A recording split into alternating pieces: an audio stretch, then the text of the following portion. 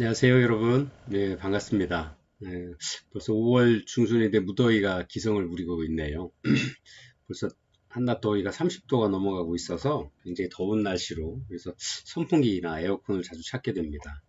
저도 지난주에는 계속 차에 에어컨을 틀고 이동을 할 때마다 너무 더위를 느껴서 그럴 정도로 벌써 한여름으로 다가오지 않았나 이렇게 느껴지는 계절입니다. 참 이제 지난 시간에도 한번 잠깐 말씀을 드린 것 같습니다. 5월이 다 지나면 벌써 방학을 또 준비를 해야 되기 때문에 여러 가지 시간들이 참 빨리 지나고 있구나. 코로나로 힘들고 복잡한 시간들을 보내고 계시지만 그래도 시간이 굉장히 빠르게 지나고 12주차 수업을 진행을 하고 있구나라는 생각에 여러분들과 벌써 이제 마무리해야 될 시간도 다가오는구나 하는 생각들을 하면서 하루하루 열심히 좀 더 준비해서 선생님들하고 좋은 인연을 좀 만들고 좋은 그 사제 관계를 좀 만들어 갈 수 있도록 저도 노력을 해야 되겠다라는 생각을 많이 하고 있습니다. 자, 벌써 이제 12주차 저희가 이제 자원봉사 관리자를 위한 자원봉사 체계로 이해하기에 이제 자원봉사 활동의 관리 체계 2편 12주차 수업을 녹음을 하고 있는데요. 지난주에는 저희가 이제 자원봉사 관리라는 게 의미가 어떤 것인지, 그 다음에 그 중에서 자원봉사 관리자란 어떤 분들을, 어떤 전문가들을 이야기를 하는지를 공부를 했습니다. 그래서 자원봉사 관리의 개념, 즉 자원봉사자 개인의 어떤 욕구, 그 다음에 지역 사회의 욕구, 그 다음에 또 기관의 욕구를 어떻게 잘 융화롭게 조화를 시켜서 서로 윈윈할 수 있는 관계를 기관은 사회에 공헌할 수 있도록 또 자기 목적을 잘 달성할 수 있도록 또 자원봉사자분들도 그렇고요. 또 우리가 속해 있는 지역 사회의 사회복지에 관한 욕구들을 행정체계로 아니면 기존의 어떤 서비스로는 만족할 수 없는 어떤 그런 그 사각지대의 틈들을 어떻게 채워나갈 수 있는지에 대한 삼각 차원에서의 자원봉사 관리자의 어떤 역할들을 공부를 했습니다. 그리고 두 번째로 이제 자원봉사 관리자분들이 가지셔야 될 가치 규정 아니면 윤리 기준, 윤리 강령 이렇게 말씀드릴 수 있겠습니다만 전문가로서 가져야 될 전문가의 소양 또 전문가의 가치, 전문가의 윤리 기준 등을 함께 공부해 보았습니다. 자, 그래서 오늘은 그 두 번째 시간으로 여러분 교재의 9장 자원봉사 활동의 관리 체계에 대해서 공부를 하려고 하는데요. 원래 자원봉사 관리 활동의 체계에서는 목차가 이제 자원봉사 프로그램 개발 및 직무 설계, 관리자가 해야 될 주로 업무에 대한 그 나열들이 되고 있습니다. 그 다음에 두 번째로 자원봉사자 모집 및 면접, 그리고 배치, 또 자원봉사 교육, 또 자원봉사자 활동의 유지관리, 어떻게 그분들의 동기 유발을 해서 지속적으로 참여할 수 있도록 하고 그분들의 활동들을 어떻게 관리해 줄 거냐, 그 다음에 평가하고 관리할 부분들, 그 다음에 자원봉사자들의 아니면 우리 기관의 기록과 그 자료들의 보존에 관해서 제 9장에서 설명을 하고 있습니다. 근데 이제 그 챕터 9장이 제일 중요한 부분이기도 하고요. 사회복지사 선생님들한테 그 다음에 기관에서 자원봉사 관리자들이 해야 될 주 업무에 대해서 상세하게 설명을 하고 있습니다. 그래서 이 부분은 시간이 되는 대로 12주차 뿐만 아니라 13주차 또 필요하면 14주차까지도 이어서 그 뒤에 다른 여러 가지들보다는 이 부분들이 가장 핵심적인 부분이기 때문에 이 부분에 대해서 충분히 설명을 하면서 시간들을 좀 구애받지 않고 수업을 진행을 하고 녹음을 하도록 이렇게 하겠습니다. 자 그러면 첫 번째 자원봉사 프로그램 개발 및 직무 설계에 대해서 이렇게 보도록 하겠습니다. 네. 자, 자원봉사 프로그램들을 개발을 해야 된다. 아니면 우리가 사회복지 프로그램, 자원봉사 프로그램이라는 말을 많이 사용을 합니다. 프로그램이라는 말이 얼핏 이제 우리 일상에서 쓰여지니까 소홀하기 쉬운데요. 실제 자원봉사와 관련된 모든 계획 아니면 일련의 그 실행하기 위한 구체적인 활동들 이런 것들을 총괄적으로 이루는 말이 바로 프로그램이다라고 이야기를 할 수 있을 것 같아요. 그래서 보통 자원봉사 프로그램들을 개발하기 위한 여러 가지 관리 모형들이 있습니다만 보편적으로 사용되고 있는 것이 바로 가장 많이 사용되고 있는 것이 보편주의적인 자원봉사 관리 모형이다라고 이렇게 설명을 하고 있습니다. 그래서 이 모형은 김소희, 정진경 씨가 설명을 하고 있는 모델인데 이 모델들이 현장에서 가장 많이 쓰이고 있습니다. 그래서 이 모델을 기준으로 중심으로 해서 설명을 좀 드리도록 하고 하겠습니다. 여기서 보편주의적이라고 하는 건 어떤 특정 프로그램들이 아니라 우리 기관에서 보통의 사회복지 기관에서 하고 있는 일반적인 어떤 프로그램들 계획에서 활용되는 방법이다라고 설명을 드릴 수 있을 것 같아요. 그래서 자원봉사 프로그램의 개념은 자원봉사 프로그램이다라고 하는 것은 자원봉사자들의 참여를 통해서 지역사회의 문제와 욕구를 해결하기 위한 체계적이고 구체적인 활동들의 집합체, 이게 바로 자원봉사 프로그램이다 라고 그러죠. 지난 시간에도 잠깐 공부를 해보셨던 걸 기억을 좀 떠올려 보시면요.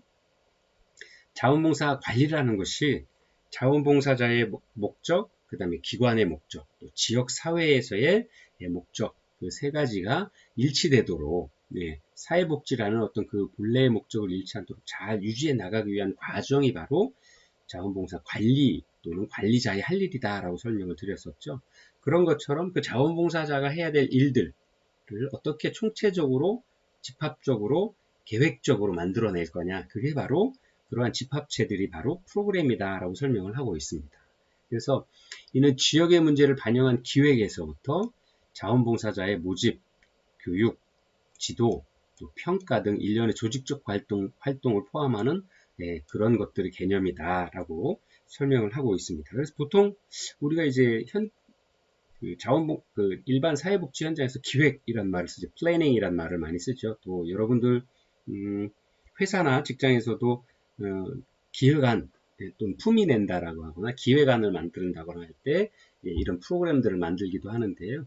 프로그램이란 큰 틀에서 보면 기획이라고 하는 것과 그 다음에 개발이라고 하는 말들을 보통 많이 사용을 합니다. 그래서 기획은 어떤 일들을 만들기 위한 프로그램 일정의 계획이다라고 보시면 될 것 같고요. 또 개발이라고 하면 이 단순한 프로그램 기획을 하는 것뿐만 아니라 이런 구체적인 자원봉사자 모집, 교육, 지도, 평가하는 일련의 활동들을 좀 더 세밀하게 기초적으로 풀어갈 수 있도록 만들어가는 것들을 개발이다라고 이야기를 합니다. 그래서 보통 현장에서는 자원봉사 현장에서는 기획이나 뭐 개발 이런 말을 사용하지 않고 자원봉사 프로그램이다라고 이야기를 해서 총체적으로 설명을 하고 있습니다.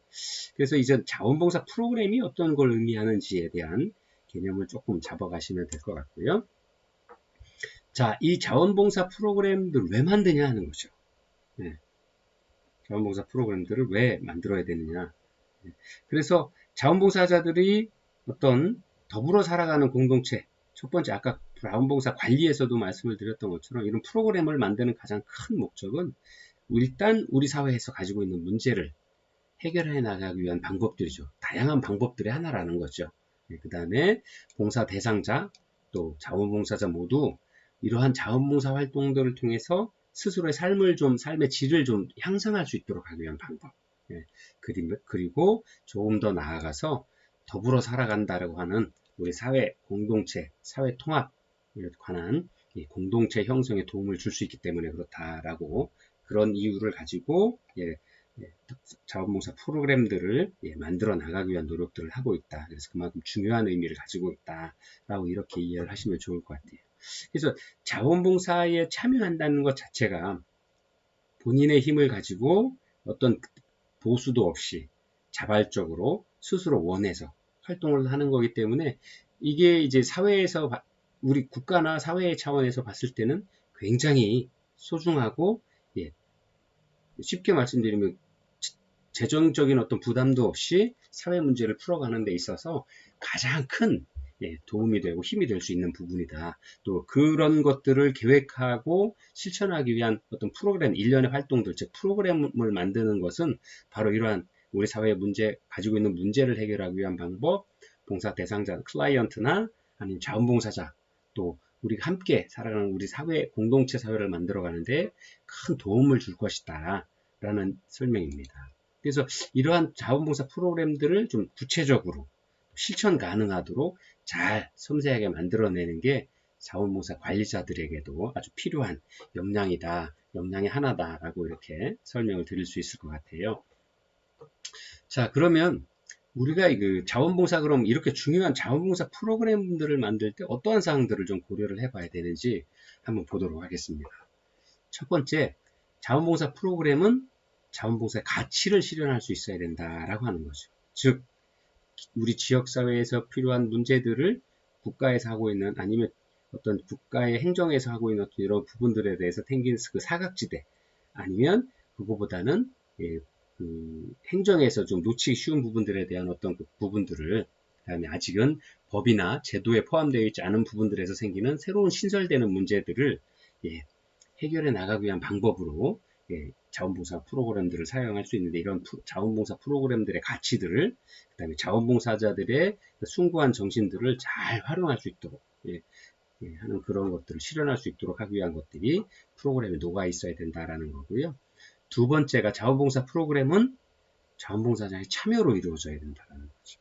어떤 기관이나 아니면 관리자의 어떤 개인적인 생각이 아니라 사회적인 이슈를 보고 그런 부분들 개인적으로 만들어내는 것이 아니라 사회에 어떤 새로운 문제가 생겼을 때 아니면 행정에서 놓치고 있는 복지 사각지대가 발생했을 때 그것을 여론화하고 이 문제를 해결함으로써 우리 사회의 공동체성을 좀 향상할 수 있다는 어떤 지역사회 아젠다나 여론들을 만들어서 그 여론의 뜻을 함께하는 많은 사람들을 모으고 그 다음 그 모은 사람들이 함께 모여서 그런 것들 자원봉사 프로그램을 만들 때 참여할 수 있도록 그런 분들의 의견들이 모아질 수 있도록 하는 것이 필요하다라는 말씀을 드리고요. 또 세 번째, 자원봉사 프로그램은 문제를 해결하거나 욕구에 부응하는 결과뿐만 아니라 그 과정 자체가 큰 의미를 갖는다는 것을 자원봉사 관리자는 고려해서 프로그램들을 개발해야 된다라는 얘기입니다. 좀 예를 들자면 청소년의 경우 지금 우리나라에서 많이 시행하고 있는 청소년 아이들, 학령기 아이들이 중학교, 초등학교, 중학교, 고등학교, 뭐 대학까지도요. 요즘은 직장에서도 하고 있습니다만 이런 삶의 과정 중에서 이런 프로그램들에 참여하고 그런 참여를 통해서 본인의 삶의 질도 향상하고 또 어린 학생들의 경우에는 학습의 기회로도 사회를 학습하는 간접 경험 또는 직접 경험의 기회도 된다라는 것들입니다. 그래서 그러한 것들을 잘 고려해서 봉사활동들, 프로그램들을 좀 개발해야 될 필요가 있다라는 것들을 설명을 하고 있습니다. 그래서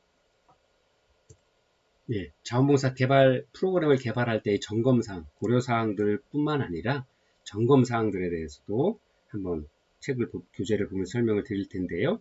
여러분들 교재 192페이지를 한번 상부에 보시면 그런 것들이 잘 나와 있습니다. 자원봉사 프로그램을 개발할 때의 점검사항. 그래서 연구자 염동문 씨가 2017년에 발표한 자료를 좀 보면요.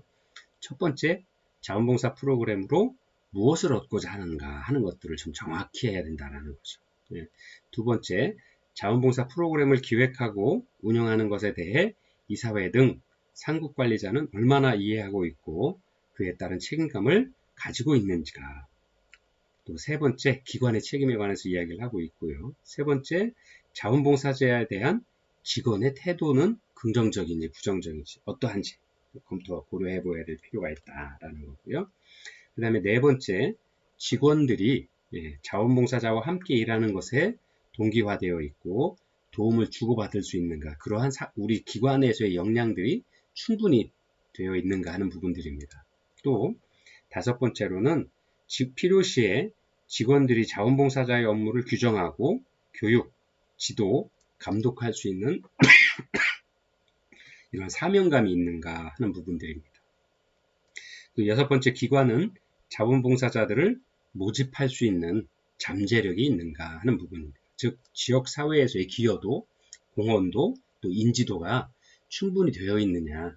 그 다음에 직원들은 만약에 자원봉사자를 받아들이거나 아니면 어떤 새로운 프로그램들을 만들어 자원봉사 프로그램들을 실행하려고 할 때 적극적으로 참여하려고 하고 참여의 의지가 있고 또 그러한 부분들 새로운 자원봉사자를 왔을 때 자원봉사 관리자로서의 역할에 충실히 임할 수 있는 준비가 되어 있느냐, 그런 역량들을 갖추고 있느냐에 대해서 점검해야 된다는 이야기죠.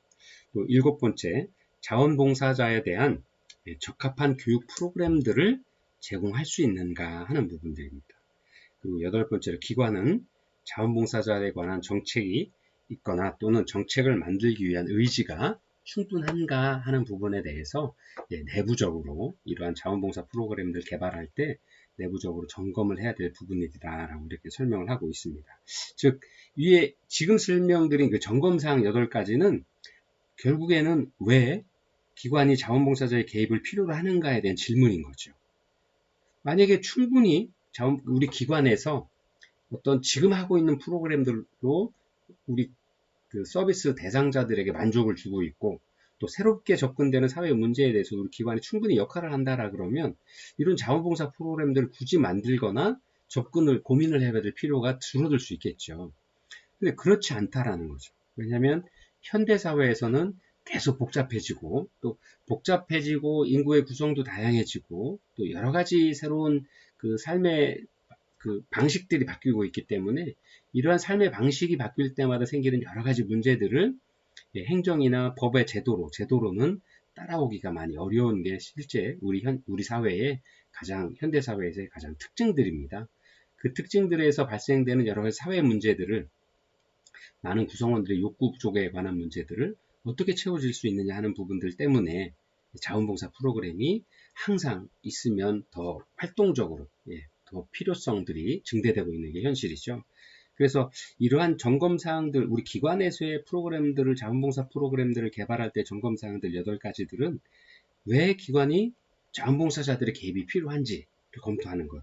그래서 만약에 이러한 부분들은 이런 점검을 해서 이런 게 우리가 가능하다라 그러면 자원봉사 프로그램의 당위성들을 설명해낼 수 있는 거죠. 그리고 두 번째는 이러한 근거를 토대로 자원봉사 프로그램의 필요성과 목적에 대해서 우리 기관의 직원들이 함께하고 있는 일하고 있는 많은 구성원들이 동의하고 공감하고 있는가에 관한 문제입니다. 그런 것들을 충분히 검토해서 프로그램들을 만들 때 해야 된다라는 거죠. 그래서 만약에 직원들이 이러한 부분들에 대해서 충분히 이해하고 참여할 의사가 있다라 그러면 그런 프로그램들을 자원봉사 프로그램을 만들었을 때 직원들의 적극적인 참여를 유도해낼 수가 있는 거죠. 그래서 이러한 부분들을 충분히 점검을 해봐야 된다. 역량들을 확인을 해봐야 된다라는 것들을 이해할 수 있을 겁니다. 자, 그러면 우리가 이러한 중요한 자원봉사 프로그램들을 개발하는 개발 과정들이 어땠는지 한번 같이 보도록 할까요? 자, 프로그램 개발은 문제 발견하고 욕구 분석으로부터 시작을 하게 됩니다. 그렇죠? 자, 한번 볼까요? 자, 문제 분석하고 욕구 조사하고 그 다음에 우리 그 자원봉사 자원 체계가 충분한지 우리 기관의 자원들이 충분한지 또 자원봉사 프로그램들을 개발할 때 프로그램들의 목적과 목표가 어떤지 또 자료 수집, 우리 사회에 필요한 어떤 그 욕구의 대상자, 서비스 대상자들에 대한 부분들이라든가 아니면 사회적으로 그 부족한 사회 서비스에 대한 자료 수집들 또는 대안들을 어떻게 설정할 수 있는지 그러면 이런 것들을 다 검토한다라 그러면 실행할 수 있는 프로그램들, 실행 계획들을 세울 수 있겠죠. 그 다음에 그 계획되어 있는 프로그램들을 실행하고 나중에 실행 프로그램에 대한 평가를 하게 되는 거죠. 그 다음 프로그램 평가 끝나면 피드백이 생길 거고요. 피드백이 생기면 그 피드백을 문제 분석 과정에서 넣을지 아니면 욕구 조사 과정에서 넣을지 아니면 자원 체계에서의 문제가 있었는지 이런 긍정적인 평가, 부정적인 평가에 대한 피드백들을 필요한 부분들로 돌아가서 선순환시킬 수 있도록 그래서 그런 것들이 문제 분석하고 프로그램 개발해서 실행하고 평가해서 그 결과들이 매 과정마다 어떤 그 피드백이 잘 된다라고 그러면 나중에 좋은 프로그램으로 자리 잡을 수 있게 되는 거죠. 그래서 이러한 일련의 과정들을 거쳐서 프로그램들을 개발해내게 됩니다. 자, 그러면 첫 번째 일단 욕구 문제 분석 단계에서부터 한번 볼까요? 자원봉사 프로그램들을 개발함에 있어서 가장 먼저 해야 될 일이 바로 문제에 대한 분석이죠. 문제를 발견하고 원인이 어디에 있는지를 규명해내는 거죠. 그래서 문제 분석은 궁극적으로 사회적 개입이 필요한 부분들을 확인해내는 거고요. 또 정확한 문제 인식부터 프로그램의 개발이 시작된다라고 해도 과언이 아니기 때문에 이 프로그램들을 자원봉사 프로그램을 개발하는 첫 번째 가장 중요한 단계다. 문제 분석을 하는 과정이 예, 그래서 그렇게 보시면 좋을 것 같아요. 대개 이제 문제 분석을 하는 경우들이 문제라고 하는 부분들은 여러분들이 사회복지사를 공부를 하시면서 뭐 실천 방법론, 실천 기술론, 지역사회복지론 뭐 여러 가지 과목들을 공부하시면서도 프로그램들을 만드는 과정들을 공부를 하시게 될 건데요. 가장 중요한 것들은 어떤 일을 하고자 할 때 문제가 어디에 있는지, 원인이 뭔지 하는 것들을 찾아내고 그걸 발견해내는 게 제일 중요한 거죠. 아니면 우리 지역사회에서 새로운 어떤 사회 문제나 사회 현상이 생김에 따라서 그 사회 현상에 로 인해서 생긴 여러 문제들을 어떻게 해결해 나갈 것인가 하는 여러 가지 여론들이나 이슈들이 생겼을 때 그 이슈들을 잘 점검하는 방법, 점검하는 것들, 이런 것들도 관심을 가지고 있는 것들도 문제 분석에 좋은 영향들을 가지고 있다라고 보여집니다. 자, 두 번째가 문제를 분석을 하고 욕구조사에 관한 부분들이 되겠죠.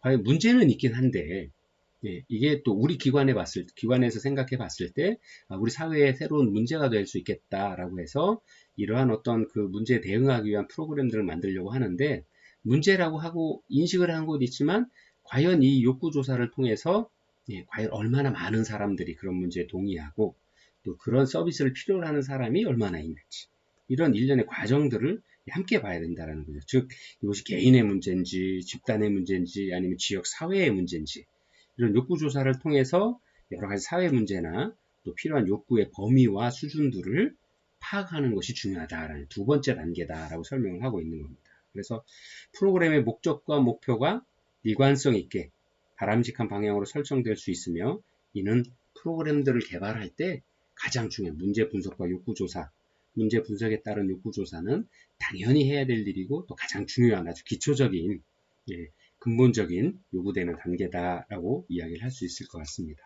자, 그렇게 하면서 여러분들 교재 193페이지부터 194페이지까지 잘 설명이 되어 있는데요. 욕구조사의 자료 수집 방법입니다. 한번 같이 보도록 할까요? 교재 표 있는데요. 자, 욕구조사의 자료 수집 방법인데요. 첫 번째가 직접 관찰을 통해서 하는 방법입니다. 또는 두 번째가 사례 조사를 통해서 조사하는 방법, 또는 세 번째가 간접 증거 자료 조사를 하는 방법, 이렇게 세 가지로 크게 구별을 할 수 있을 것 같습니다. 아마 이 부분들은 여러분들이 나중에 다른 과목을 공부할 때 중요한 부분에서 한번 보도록 할 건데요. 자료 수집의 첫 번째 직접 관찰에는 대상 집단에게 직접 물어보거나 검색을 통해서 욕구를 파악하는 방법입니다. 즉 직접 물어본다는 방법은 직접 설문조사를 한다거나 면접조사를 한다거나 또는 뭐 관찰을 한다거나 이런 실제 그 관리자들이 자원봉사 프로그램을 기획하고 관리하려고 하시는 분들 직접 알아보시는 거죠. 그래서 연구 방법으로는 설문조사, 일반 집단이나 표적 집단에 대한 설문조사들을 할 수 있겠고요. 또는 지역사회 공개토론회, 공청회라고 이야기를 하죠. 아니면 델파이 기법이나 관찰법, 면접법, 인터뷰 이런 것들을 통해서 이러한 직접 관찰을 해낼 수가 있는 거죠. 자료조사를 하는 방법으로 진행해낼 수가 있는 거고요. 두 번째가 사례조사다라고 이야기를 하는데요. 알려고 하는 대상 집단들을 직접 상대하거나 관계를 맺고 있는 제3자를 접촉해서 증언을 듣는 등 그들의 욕구를 조사하는 방법이 바로 사례조사다라고 설명을 하고 있습니다. 그래서 연구 방법으로는 프로그램 운영자 및 서비스 제공자 조사 또는 서비스 통계를 이용해서 알아보는 방법, 또 주요 정보자 제공자 조사로는 공식적인 인터뷰를 통해서 이러한 연구 방법을 통해서 사례 조사를 하는 경우들이 있습니다. 또 세 번째가 간접 증거 자료 조사다라고 설명을 드릴 수 있는데요. 직접적인 접촉은 하지 않지만 우리 사회에서 나오고 있는 통계청의 자료라든가 아니면 뉴스에서 나오고 있는 신문이나 만약 뉴스에서 매스미디어에서는 뉴스들을 통해서 간접적으로 이런 자료들을 접근할 수가 있게 되는 거죠. 그래서 기존의 기록이나 지표 또는 자료를 활용하거나 대상 집단을 정확히 알지는 못하지만 얼마간 관련이 있는 정보의 출처들을 이용하여 대상 집단의 욕구나 문제를 추산해내는 방법이 바로 간접 증거 자료 조사 방법이다 라고 이야기를 하고 있습니다. 그래서 그 연구 방법으로는 2차 자료 분석, 2차 자료라고 하는 건 기존의 직접 관찰을 통해서 만들어내는 자료들을 다시 조사하고 분석해내는 방법들을 2차 자료 분석이라고 하고요. 또는 사회지표, 여러분들 천안시에서 행정백서를 내죠. 아니면 또 여러 가지 발표 자료들, 공식적인 어떤 개발을 했거나 아니면 어떤 사회 복지 프로그램들을 해서 평가를 하거나 해서 평가 자료들을 공표를 하게 되죠. 또 아니면 시의회에서의 어떤 사회복지 조사라든가 천안시에서 행정조사라든가 이런 거를 했을 때 어떤 지표들을 발표를 하게 되는데 그런 것들을 알게 되는 거죠. 대표적으로 행정자료나 사회지표 조사들은 저희가 생각했을 때 통계청에 공식적인 통계 자료들을 내놓게 되죠. 날씨도 통계 내듯이 이런 자료들을 내게 되는데 이런 것들을 바로 지표나 행정자료라고 볼 수 있을 겁니다. 그 다음에 비활동 자료 분석, 공간 분석 이런 여러 가지 방법들을 연구 방법을 통해서 이렇게 욕구조사를 직접 관찰하거나 사례를 통해서 조사하거나 아니면 간접 증거를 통해서 자료를 조사하거나 하는 이런 방법들을 통해서 욕구조사에 대한 자료 수집들을 하는 방법들을 활용을 하고 있습니다. 자, 여기까지 공부를 하고요. 잠깐 쉬었다가 두 번째 교시에 다시 찾아뵙도록 하겠습니다.